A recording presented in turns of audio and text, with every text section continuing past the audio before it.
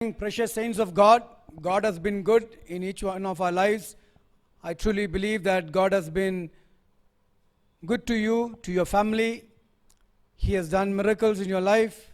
He has been faithful in your life. உங்களுடைய வாழ்க்கையில் ஆண்டவர் நல்லவராக இருந்து ஆண்டவர் உங்களையும் உங்களுடைய குடும்பத்தையும் இம்மட்டுமாக நடத்தியிருக்கிறார் என்று சொல்லி நான் விசுவாசிக்கின்றேன். எத்தனை பேர் என்னோடு கூட இந்த ஒரு காருக்கு ஆமீன் சொல்ல முடியும்? தேவன் நல்லவர். நிச்சயமாக கர்த்தருடைய கிருபையினால தான் நம்ம அந்த 7 மாதங்கள் கண்மணி போல கர்த்தர் நம்மையும் நம்முடைய குடும்பத்தையும் ஆண்டவர் பாதுகாத்திருக்கிறார். இந்த நாளில் கூடி ஆண்டுடைய வார்த்தையை நான் கவனிப்புமாக அவனுடைய வார்த்தையை கேட்பது மாத்திரமல்ல, அந்த வார்த்தையின்படி நம் நடப்பதுக்கு தேவன் நமக்கு ஒவ்வொருக்கும் உதவி செய்யட்டும். வேதத்தில் நாம் படிக்கும் பொழுது அநேக கேரக்டர்ஸ்களை நாம் வாசிக்கின்றோம். அந்த கேரக்டர்ஸ்கள் எல்லாம் வாசிக்கும் பொழுது அந்த கேரக்டர்ஸ்களில் பாசிட்டிவான காரியங்கள் உண்டு, நெகட்டிவான காரியங்கள் உண்டு. அவங்களுடைய வாழ்க்கையிலேருந்து அநேக காரியங்களை நம்ம கற்றுக்கொள்கிறோம். One of the fascinating characters in the Bible is the character by name Daniel. தானியல் என்று சொல்லப்படுகிற ஒரு கேரக்டரானது வேதத்திலே ஒரு வித்தியாசமான யூனிக்கான கேரக்டராக இருக்கிறது. அவருடைய கதையை அவருடைய வாழ்க்கையை குறித்து வாசிக்கும் பொழுது படிக்கும் பொழுது we are excited of what God has done in Daniel's life. தானியலுடைய வாழ்க்கையில் ஆண்டவர் செய்த காரியங்கள் எல்லாம் பார்க்கும் பொழுது எப்படி ஆண்டவர் அவரை ஆசீர்வதித்து ஆண்டவர் அவரை உயர்த்தினார் என சொல்லி பார்க்கும் பொழுது மிகவும் ஆச்சரியம் உள்ளதாக இருக்கிறது. ஒரு காரியத்தை நாம் மறக்கக்கூடாது, தானியலின் தேவன் தான் நம்முடைய தேவன். We are going through tough time. We are living in times where everything is compromising. எல்லாமே ஒரு காம்ப்ரமைஸான சூழ்நிலையில் இருக்கிற ஒரு காலகட்டத்தை நாம் வாழ்ந்து கொண்டிருக்கிறோம். இந்த ஒரு பிடிப்படுற காலகட்டத்தில் கூடி நாம் கூடி தானியலை போல வாழ முடியும். So therefore I have entitled today's message as Dare to be a Daniel. Dare to be a Daniel. நீங்கள் நேரம் கிடைக்கும் பொழுது தானியலின் புஸ்தகத்தை முழுமையாக நீங்கள் வாசிக்கும்படியாக அன்போடு கூட கேட்டுக்கொள்கிறேன். நேரம் குறைந்தபடினாலே 1ஆம் அதிகாரத்தின் முதல் 5 வசனத்தை மாத்திரம் வாசித்து தானியலுடைய வாழ்க்கையிலிருந்து சில காரியங்களை நாம் பார்ப்போமாக. தானியலின் புஸ்தகம் 1ஆம் அதிகாரம் 1-5 வசனங்கள். In the 3rd year of the reign of Jehoiakim, king of Judah, Nebuchadnezzar, king of Babylon, came to Jerusalem and besieged it. And the Lord delivered Jehoiakim, king of Judah, into his hand, along with some of the articles from the temple of God. These he carried off to the temple of his God in Babylonia and put in the treasure house of his God. Then the king ordered Ashpenaz, chief of his court officials, to bring into king's service some of the Israelites from the royal family and the nobility, young men without any physical defect, handsome, showing aptitude for every kind of learning, well informed, quick to understand, and qualified to serve in the king's palace. He was to teach them the language and the literature of the Babylonians. The king assigned them a daily amount of food and wine from king's table. They were to be trained for 3 years, and after that they were to enter the king's service. Before we could study Daniel's life, I just want to share a little background about Daniel. We must understand that the king of Babylon had invaded the kingdom of Judah and taken many people as slaves to his kingdom. அவருடைய ராஜ்யத்துக்கு அநேக யூதாவில் இருக்கிற மக்கள்களை அடிமையாக நெபுகாத்நேசர் என்ற ராஜானவர் கொண்டு வந்திருந்தார்கள். So there were many young people whom he had taken slaves, and one among those young people was a person by name Daniel. Daniel was a very young person when he was taken as a slave. When you read the book of Daniel, we find there are 12 chapters in the book of Daniel. When you read the first chapter, when he was taken as a slave, maybe Daniel was a teenager or a very young boy. But when you read the ending of Daniel, towards the 9th to 12th chapters of Daniel, Daniel was approximately 80 years of age when he penned down those chapters. So இந்த தானியலுடைய வாழ்க்கை முழுமையாக நாம் வாசிக்கும் பொழுது தானியலுடைய வாழ்க்கையிலிருந்து ஆண்டவர் அதிர்ஷ்டமான காரியங்களையும் அற்புதமான காரியங்களையும் ஆண்டவர் செய்தார். God made Daniel a person of influence in a Gentile world. ஒரு புறஜாதி ஒரு நாடுல ஆண்டவர் தானியலை வல்லமையான ஒரு கருவியாக ஆண்டவர் பயன்படுத்தினார். If you carefully study the book of Daniel, we find kings were changed. ராஜாக்கள் மாறப்பட்டது, ராஜ்யங்கள் மாறப்பட்டது. But God used Daniel in those Gentile world to be an instrument of influence. ஒரு influential வெசலாக கர்த்தர் தானியேலை பயன்படுத்தினார். நீங்க முழுமையாக நீங்கள் வாசித்து பார்த்தீங்கன்னா தானியேலை கர்த்தர் படிப்படியாக உயர்த்தினார் என்று சொல்லி பார்க்கிறோம். ஆண்டவர் உயர்த்துவது மாத்திரமல்ல, அவர் வல்லமையான ஒரு இன்ஃப்ளூயன்ஷியல் ஒரு கருவியாக தேவன் பயன்படுத்தினார். அநேக ராஜாக்கள் மெய்யான தேவனை அறிந்து கொள்ளும்படியாக அப்படிப்பட்ட ஒரு இன்ஃப்ளூயன்ஷியல் பர்சனாக கர்த்தர் அவரை மாற்றினார் என்று சொல்லி நாம் பார்க்கிறோம்.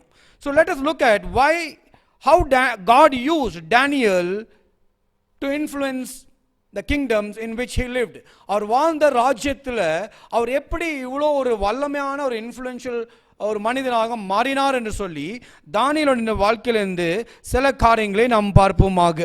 I want to share few highlights from the life of Daniel. Number 1, Daniel was a man of conviction and principles. Daniel was a man of conviction and principles. தானியேலின் புஸ்தகம் 1ஆம் அதிகாரம் 8வது வசனத்தை நீங்கள் வாசித்தால் இப்படியாக நீங்கள் படிப்பீங்க. Daniel resolved not to defile himself with the royal food and wine, and he asked the chief official for the permission not to defile himself this way. நான் ஆரம்பத்தில் சொன்னேன், தானியேலை ஒரு சின்ன வாலிப வயதில் ஒரு டீனேஜ் வயசுல அடிமையாக பிடிச்சு நேபுகாத்நேசர் தன்னுடைய ராஜ்யத்தை கூப்பிட்டு கொண்டு போனாருங்க. ஒரு நாள் நேபுகாத்நேசர் என்ன பண்றாரு சொன்னீங்கன்னா, அநேக வாலிபர்களை அவருடைய பேலஸ்ல சர்வ் பண்ணும்படியாக அவர் தெரிந்து கொள்கிறார். அங்கே இருக்கிற ஒரு பெரிய ஒஃபிஷியலை கூப்பிட்டு சொல்றாருங்க, அவங்கள நீ 3 வருஷம் என்ன பண்ண வேண்டுமா, ட்ரெயின் பண்ண வேண்டும், அவங்களுக்கு வேண்டிய எல்லா ரிசோர்ஸுகள் கொடுக்க வேண்டும், அவங்களுக்கு என்னோட பேலஸ்லேருந்து சாப்பாடு உணவு போக வேண்டும். அது மாத்திரம் இந்த 3 வருஷத்தில் அவங்கள எல்லா வித ஸ்கில்ஸில் அவங்கள எக்யூப் பண்ணி என்னோட பேலஸில் சர்வ் பண்ணும்படியாக அவங்கள ஆயத்தப்படுத்த வேண்டும் என்று ஒரு கட்டளை கொடுக்கிறாருங்க. ஸோ ராஜாவோட பேலஸ்லேருந்து சாப்பாடு போகுமா, ராஜாவோட பேலஸ்லேருந்து அங்கே இருக்கிற அந்த திராட்சரசம் வைனானது போகுமா, நல்ல உணவு அந்த வாலிபர்களுக்கு கொடுத்தாங்க, அவங்களுக்கு வேண்டிய எல்லாம் உதவிகள் செய்தாங்க, அவங்களுக்கு வேண்டிய எல்லா படிப்புகளும் அவங்களுக்கு கொடுத்தாங்க. அப்படி இருக்கிற ஒரு சூழ்நிலையில் தானியேல் என்ன பண்ணுறாரு சொன்னீங்கன்னா, நான் ராஜாவின் அரண்மனையிலிருந்து வருகிற அந்த உணவை நான் சாப்பிட மாட்டேன் என்று சொல்லி அவர் ஒரு தீர்மானத்தை எடுக்கிறார். அப்போ அவருடைய வாழ்க்கையில் நாம் படித்து பார்க்கும் பொழுது, as a young man he refused to eat the king's meat or drink his wine. நான் ஒரு காரியத்தை நாம் பார்க்கிறோம், that Daniel was a man of conviction and principle.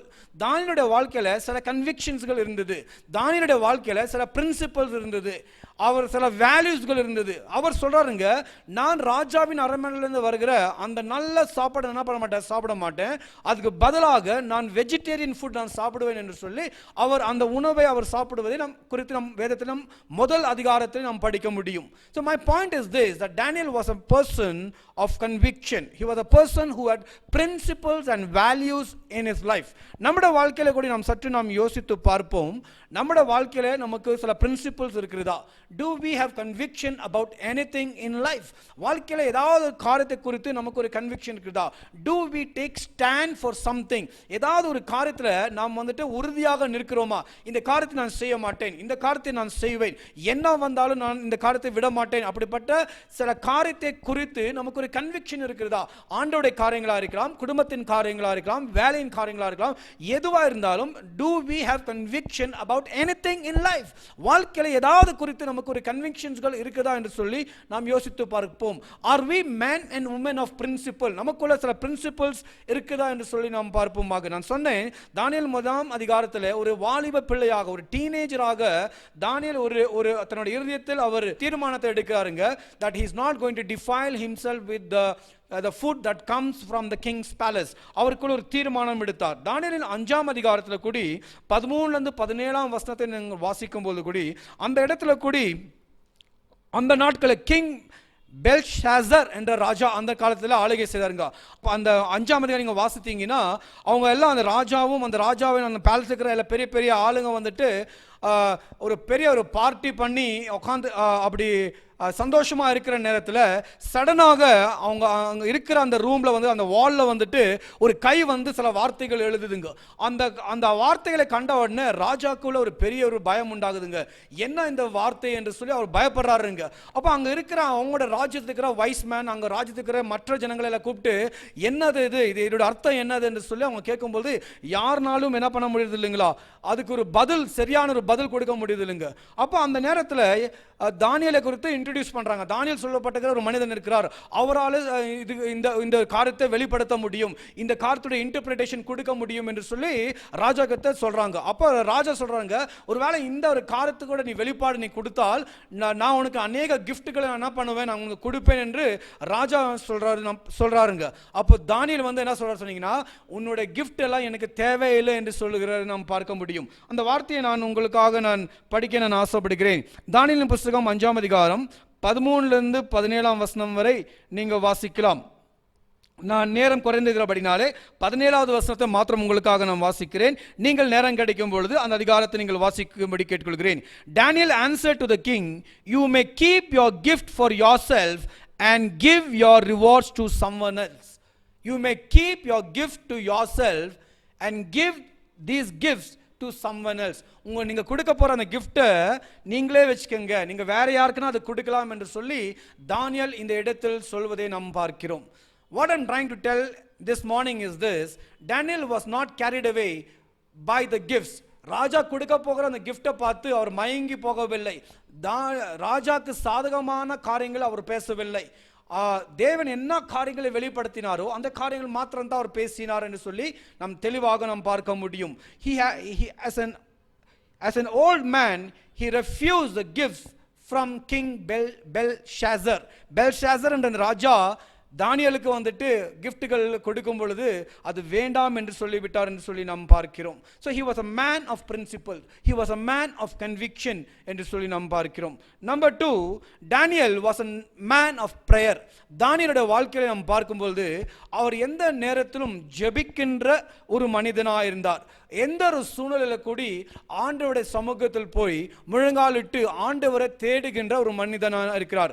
2ஆம் அதிகாரம் தானியேலின் புஸ்தகம் 2ஆம் அதிகாரத்தில் நெபுகாத்நேசர் என்று சொல்லப்படுகிற ராஜாவுக்கு கூடி ஒரு கனவு வரும்பொழுது அந்த கனவு வர்றதுனால ராஜா மிகுந்த ஒரு பயத்தோட கூட ஒரு கலக்கத்தில் இருக்கிற சூழ்நிலையில யாருனாலும் உதவி செய்ய முடியதில்லை. இதை நெபுகாத்நேசர் என்ற ராஜா என்ன சொல்றாரு சொன்னீங்கன்னா, நீங்கள் எனக்கு வந்த ட்ரீமும் சொல்ல வேண்டும், அந்த ட்ரீமோட அர்த்தத்தையும் நீங்கள் சொல்ல வேண்டும். அதனால ஜனங்க அங்க இருக்கிற எல்லா வைஸ் மேன்ஸ், அங்க இருக்கிற எல்லா மெஜிஷியன்ஸ், அங்க இருக்கிற எல்லா என்சாண்டர்ஸுங்க, அங்க இருக்கிற எல்லா பெரிய பெரிய ஞானிங்க கூடி இந்த ட்ரீமை சொல்வதற்கு பயப்பட்டாங்க. காரணம் என்ன சொன்னீங்கன்னா, தப்பான ட்ரீமை சொல்லிட்டாங்கன்னா அவங்களோட வாழ்க்கையை முடிஞ்சு விடும், ராஜா அவங்களோட தலையை என்ன பண்ண எடுத்துடுவார் என்று சொல்லி பயத்தோட கூட யாருனாலையும் ட்ரீம் சொல்ல முடியல. அப்ப தானியேலுக்கு இந்த காரியங்கள் தெரிய வரும் பொழுது தானியேல் என்ன பண்றாரு சொன்னீங்கன்னா, அவர் முதலாவது தேவனை அவர் தேடினார் என்று சொல்லி நாம் பார்க்கிறோம். தானியேலின் புஸ்தகம் 2ஆம் அதிகாரத்தில் நீங்கள் 17வது வசனத்தை நீங்கள் வாசித்தீங்கன்னா, தானியேல் ராஜாவின் இடத்தில் வந்துட்டு எங்களுக்கு கொஞ்சம் நேரம் கொடுங்க, நான் அந்த ட்ரீம் உங்களுக்கு சொல்லுகிறேன், அந்த ட்ரீமோட அர்த்தத்தை சொல்லுகிறேன், எனக்கு கொஞ்சம் நேரம் கொடுங்க என்று சொல்லி ராஜாவின் இடத்துல கொஞ்சம் நேரத்தை வாங்கி அவர் என்ன பண்றாரு சொன்னீங்கன்னா, அவருடைய நண்பர்களிடத்தில் வந்து அவர்கள் எல்லோரும் ஜெபிக்க வேண்டும் என்று சொல்லி அவரை உற்சாகப்படுத்ததை நாம் பார்க்கிறோம். உங்களுக்காக அந்த வசனத்தை வாசிக்க ஆசைப்படுகிறேன். Then Daniel returned to his house and explained the matter to his friends Hananiah, Mishael and Azariah. He urged them to plead for mercy from the God of heaven concerning this mystery, so that he and his friends might not be executed with the rest of the wise men of Babylon. இந்த இடத்தில் தானியேல் வந்துட்டு ஜபத்தின் மூலமாக அந்த dream என்னது என்று சொல்லி ஆண்டவரிடத்தில் கேட்டார் என்று சொல்லி நாம் பார்க்கிறோம். He depended upon God for knowing the dream and for knowing the interpretation of the dream. தானியேல் 6ஆம் அதிகாரத்தை நீங்கள் வாசித்தீங்க கூடி அந்த இடத்துல கூடி தானியேல் ஒரு மனிதனாக காணப்பட்டார் என்று சொல்லி எழுதப்பட்டிருக்குது. அவர் 3 வேளையில் 3 times he prayed to God. அவர் இம்பார்ட்டண்ட்டான ஒரு பொசிஷனில் இருந்தார். ஆனாலும் அவர் நேரத்தை எடுத்து தேவனை தேடினார் என்று சொல்லி பார்க்கிறோம். ஒரு பிரச்சனையெல்லாம் வரும்பொழுது அவர் அதை பார்த்து அந்த பிரச்சனைகளை பார்த்து பயப்படவில்லை. வழக்கமாக ஒவ்வொரு நாளும் அவர் ஜபிக்கிறது போலேயே அவர் சென்று அவர் ஜபித்தார் என்று சொல்லி தானியேலின் புஸ்தகம் 6ஆம் அதிகாரம் 10ஆம் வசனத்தில் 10-11ஆம் வசனத்தை நீங்கள் வாசித்தீங்கன்னா அந்த இடத்தில் தானியேலுடைய பிரேயர் லைஃபை குறித்து எழுதப்பட்டிருக்கிறது. ஸோ முதலாவது Daniel was a man of conviction and principles. இரண்டாவதாக Daniel was a man of prayer. அவர் ஜபிக்கின்ற ஒரு மனிதனாக இருந்தார் என்று சொல்லி நாம் பார்க்கிறோம். மூன்றாவதாக Daniel was a faithful person. Daniel was a faithful person. அவர் அவருடைய வேலையின் காரியமாக இருந்தாலும் அவருடைய பர்சனல் லைஃபாக இருந்தாலும் அந்த 2 காரியத்திலும் அவர் ஃபெய்த்ஃபுல்லாக இருந்தார் என்று சொல்லி நாம் பார்க்கிறோம். நீங்கள் தானியேல் 6ஆம் அதிகாரம் 1-4 வசனங்கள் நீங்கள் வாசித்தால் தானியேல் ராஜாவின் கீழே ஒரு பெரிய ஒரு இம்பார்ட்டண்ட்டான பொசிஷனில் அவர் இருந்தாருங்க. அப்போ அவர் கீழே இருக்கிற மற்ற எல்லா லீடர்ஸுங்க மற்ற எல்லா ஒஃபிஷியல்ஸுங்க தானியேல் மேலே பொறாமைப்பட்டு அவரை எப்படின்னா அவருக்குள்ள ஒரு குற்றத்தை கண்டுபிடிக்கணும்னு சொல்லி அவங்க முயற்சி பண்ணுறாங்க. ஆனால் வேதம் சொல்லுகிறது தானியேலோட வொர்க் லைஃபுக்குள்ள எந்த ஒரு குற்றத்தையும் அவரால் கண்டுபிடிக்க முடியவில்லை என்று சொல்லி பார்க்கிறோம். என் சகோதரனே என் சகோதரியே, நம்முடைய வேலையில் நாம் உண்மை உள்ளவராக இருக்கிறோமா என்று யோசித்து பார்ப்போம். நாம் உண்மை உள்ளவராக இருக்கோம் என்று யோசித்து பார்ப்போம். அது மாத்திரமல்ல, அவருடைய ஜப வாழ்க்கையை சற்று யோசித்து பார்க்கும்போது அனுதினம் அவர் ஜபிக்கின்ற ஒரு மனிதனாக காணப்பட்டார் என்று சொல்லி பார்க்கிறோம். ஒரு இம்பார்ட்டன்ட் ராஜாக்கு கீழே இருக்கிற ஒரு மனிதனுடைய வாழ்க்கை எப்படி இருக்கும் என்று யோசித்து பாருங்க. அவருடைய ராஜ்யத்தின் எல்லா காரியங்களையும் அவர் பார்க்க வேண்டும்.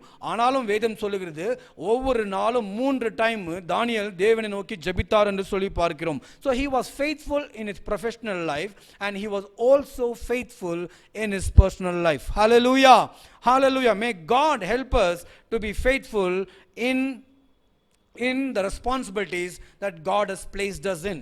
ஆண்டவர் நமக்கு என்னென்ன பொறுப்புகளை கொடுத்திருக்கிறாரோ அந்த பொறுப்புகளிலே நாம் உண்மை உள்ளவராக இருக்கும்படிக்காக தேவன் நமக்கு உதவி செய்யட்டும். நாலாவதாக Daniel was bold to tell the truth. Daniel was bold to tell the truth. நீங்க இந்த தானியேலின் புத்தகத்தை முழுமையாக வாசித்தீங்கன்னா தானியேல் அநேக ராஜாக்கு கீழாக அவர் இம்பார்ட்டன்டான பொசிஷன்ஸ்களே இருந்தார். அந்த ராஜாக்களுக்கு அநேக நேரங்களில் வித்தியாசமான கனவுகள் எல்லாம் வரும்பொழுது அந்த கனவுகளுடைய அர்த்தத்தை பயப்படாமல் தானியேல் சொன்னார் என்று சொல்லி நாம் பார்க்கிறோம். ஒரு காரியத்தை நீங்கள் புரிந்து கொள்ளுங்கள். தானியேல் அடிமையாக எடுத்துக்கொண்ட போகப்பட்டார். அவருடைய தேசத்திலிருந்து அடிமையாக அவர் கொண்டு போய் ஒரு ஃபாரினான ஒரு லேண்டில் அவர் அந்த இடத்துல கர்த்தர் அவரை உயர்த்தி அவர் நல்ல ஒரு பொசிஷன்ல இருக்காருங்க. ஒருவேளை அவர் அந்த நல்ல பொசிஷன்ல இருக்கும்பொழுது அவர் எல்லாத்தையும் மறந்து போகவில்லை. அவர் தேவனை நம்பினார்கள், தேவனை சார்ந்து அவர் வாழ்ந்தார்கள். அது மாத்திரமல்ல, சில சொப்பனங்கள் ராஜாக்களுக்கு வரும்பொழுது ராஜாக்கள் அவரை தேடி வரும்பொழுது அந்த சொப்பனங்களுடைய அர்த்தத்தை பயப்படாமல் டைல்யூட் பண்ணாமல் அவர் சொன்னார் என்று சொல்லி நாம் பார்க்கிறோம். Daniel did not compromise the message. Daniel did not compromise with the world. He did not fear death. நீங்கள் யோசித்து பாருங்க, ராஜாக்கு ஒரு ட்ரீம் வந்திருக்கிறது. அந்த ராஜா அந்த ட்ரீமோட அர்த்தத்தை கேட்கிறாருங்க. அப்போ யாருன்னா அந்த ராஜாக்கு பிடிக்காத மாதிரி ஒரு அர்த்தத்தை யாரும் சொல்லுவாங்களா? ராஜாக்கு என்ன பிடிக்குமோ அந்த மாதிரி தான் அர்த்தத்தையும் சொல்லுவாங்க.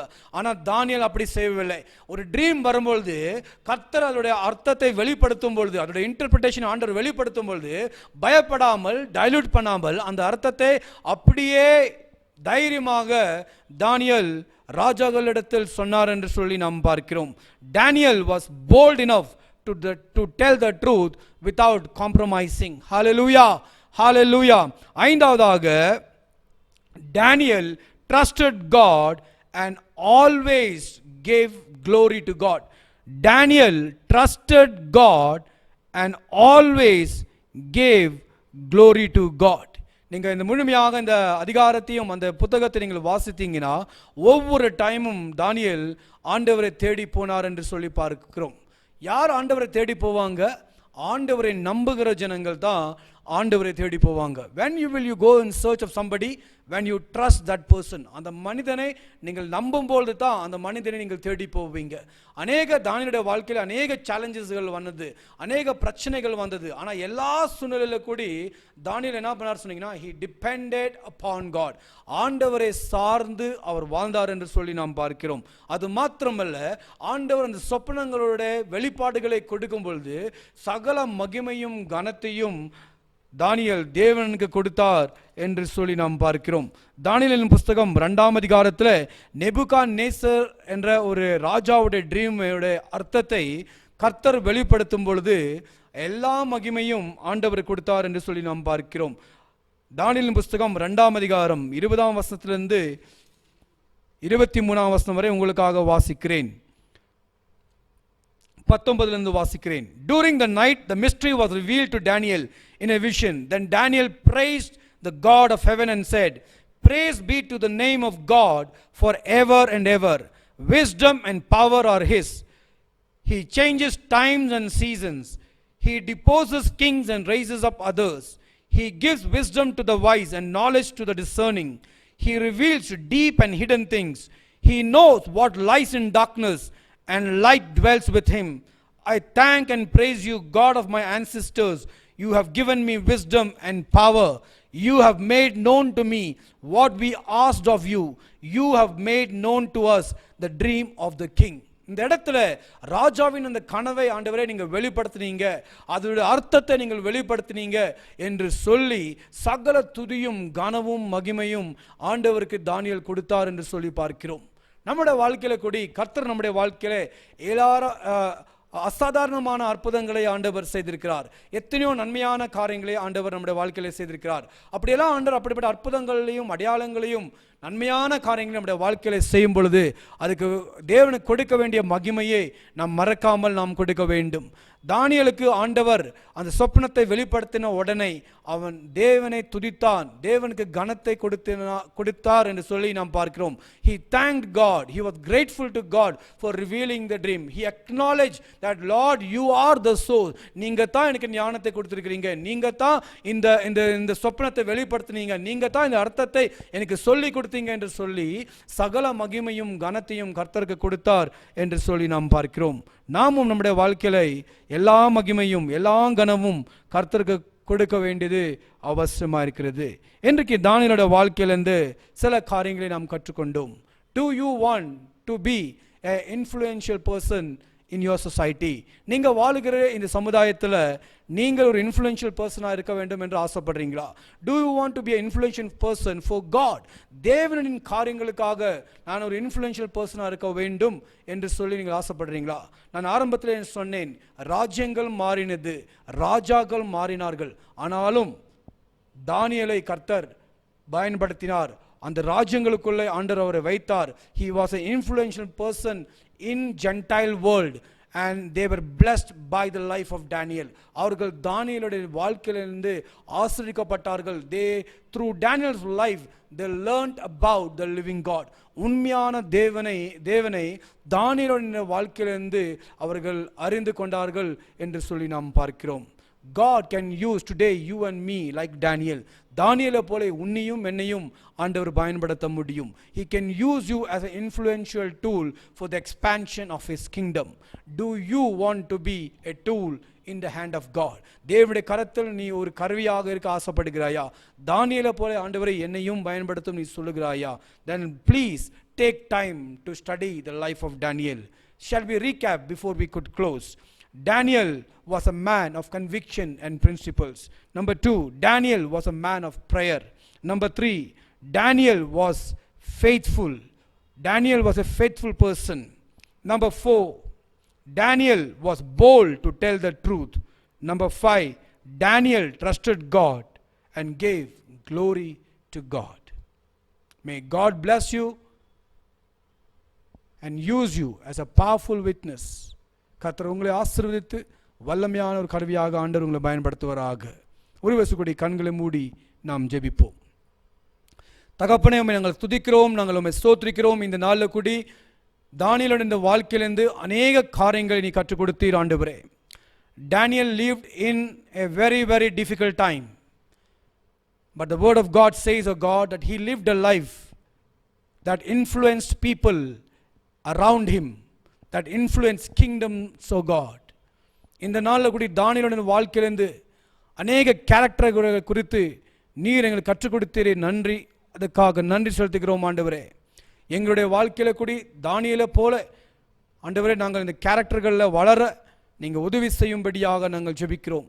எங்களுடைய குடும்பத்தில், நாங்கள் வேலை செய்கிற இடங்களில், நாங்கள் வாழுகிற சமுதாயத்தில் ஆண்டவரே இயேசுவுக்காக ஒரு இன்ஃப்ளூயன்ஷியல் பர்சனாக எங்களை மாற்றுவீராக. கேட்கிற யாவரையும் நீர் ஆசீர்வதிப்பீராக. இயேசுவின் நாமத்தில் ஜெபிக்கிறோம் நல்ல பிதாவே. ஆமென், ஆமென்.